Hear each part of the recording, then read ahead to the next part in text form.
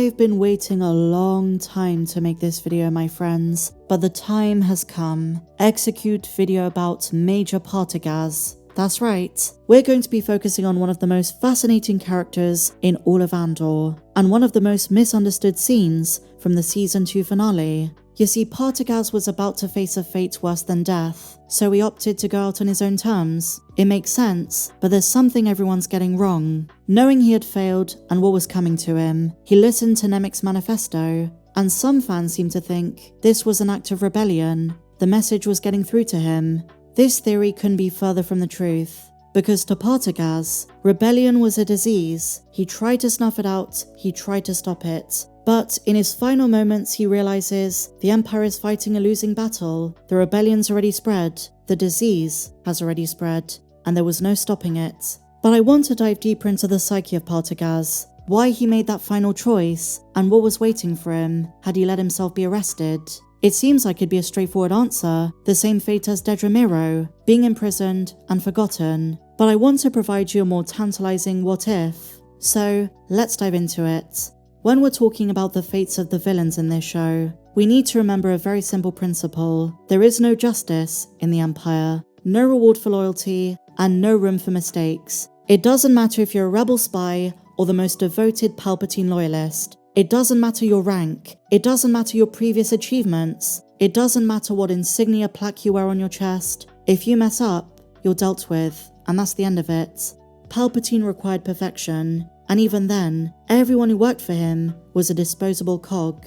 That is the brutal truth of the fascist Imperial regime, and characters like Dedra Meero realized it. You see, the final arc of this show is very interesting. This iteration of the ISB is falling apart. Between the Loni Young situation, the unauthorized access to and use of classified information about Project Stardust, Dedra Meero performing her own investigation of Luthen Rael, the ISB failing to catch Clea, everything went south.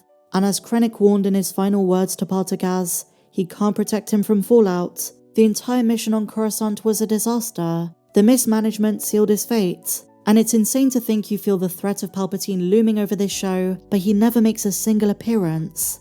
That is good writing. But rather than suffer the indignity that Dedra faced, or maybe even worse, Partagaz takes himself out. And the darkest thing about this, no one in the ISB cares. They know that's part and parcel of failure. We didn't even need to see someone like Vader choking him. The terror Partagaz felt at the mere prospect of going downstairs and facing arrest, and whatever punishments that would involve, was pretty darn terrifying in and of itself. I've seen theories he would have faced a punishment worse than Dedra Meero. He wouldn't have just been sent off to Narkina 5 or an equivalent. Because he was a major, his punishment would have been so much more severe. The higher the rank, the larger the mistake, the more grievous the infraction.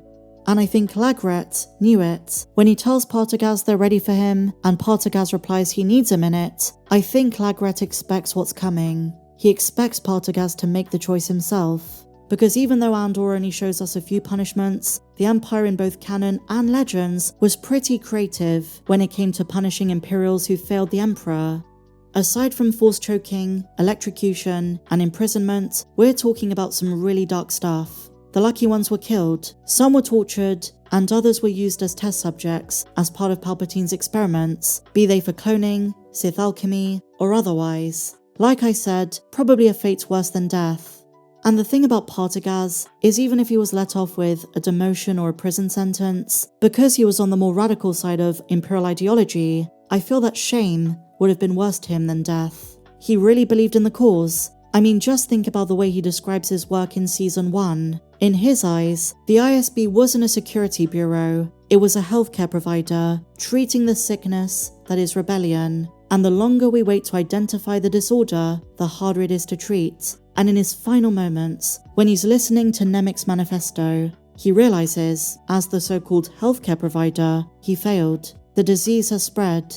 Partagaz is the embodiment of the need for control, and that is so desperate because, as Nemik says, it's unnatural. Tyranny requires constant effort. Authority is brittle, because unlike the rigid empire, freedom and rebellion is spontaneous, without instruction. Even the smallest acts of insurrection were pushing the rebellion's lines forward. It was such a fine touch having these two ideologies juxtaposed. Partagaz having to listen to a manifesto that began as a small piece of idealism, and now it's spread.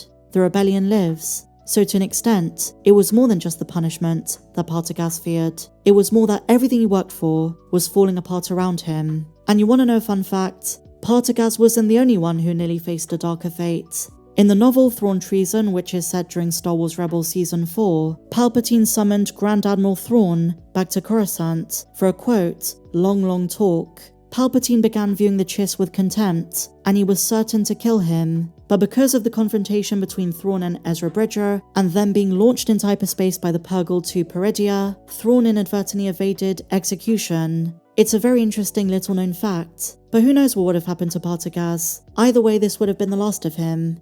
The only rewards, long-term in Palpatine's empire, were punishment and death, mirroring the overt evil of the Sith. Because if your name is not Palpatine, the most evil man in the galaxy doesn't care about you. You're just an underling doing his work for him. If you mess up, you're gone. Even for characters who share a fascist outlook. Which is why I noted a few weeks ago that someone like Cyril Khan is a very different kind of villain. Someone who thought he was on the right side of history and doing the right thing, but was being used by real fascists. Naive enough to think he was a hero. There was a bit of debate as to whether or not Cyril felt sympathy towards the Gormans and realised he'd been played. And had he not been so impulsive and jumped at Cassian, would he have joined the rebellion? On the other hand though, when you look at someone like Dedra, Meero or Partagaz, those are monsters who know exactly what they are. There is no moral ambiguity. On the other hand, in looking at these characters' mentalities, there was probably a small part of them that believed they were the exception. They would be spared. They would go all the way without being killed. But the rebel rallying cry proved the so-called disease keeps spreading. And once you are marked with a stain of failure, even the most loyal Imperial soldiers in this regime are cast away. Most are never heard from again. And related to this is a visual contrast I didn't really consider until my third rewatch. The rigid, strict walls of the ISB headquarters on Coruscant versus the wild jungle of Yavin, where the rebellion is thriving. And as we saw, even the rebellion has their own structure and their own rules. They ground people for breaking them. There is a rank system, but it's way more lenient. They didn't kill Cassian for his violation of rescuing Clea. He was merely restricted to quarters. That is until the Catherine mission came up.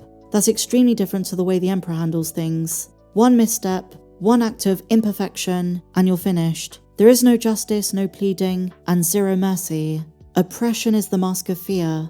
And finally, my dear friends, even though Partagaz despised the philosophy of Nemik's manifesto, I think he believes what Nemik said right at the end. There will come a day where there'll be one too many battles. One single act of defiance that will break the siege. Partagaz didn't live to see the Battle of Yavin, but I think he knew something was coming. He knew it was the beginning of the end. And major props to the actor Anton Lesser. Such an incredible performance. But what do you guys think? What do you think Partagaz was thinking in his final moments? And what kind of fate would he have faced had he allowed himself to be arrested? Share your thoughts in the comments down below. If you enjoyed this one, my dear friends, please be sure to give me a big fat thumbs up. Subscribe if you're new, check me out on socials, and may the Force be with you, always.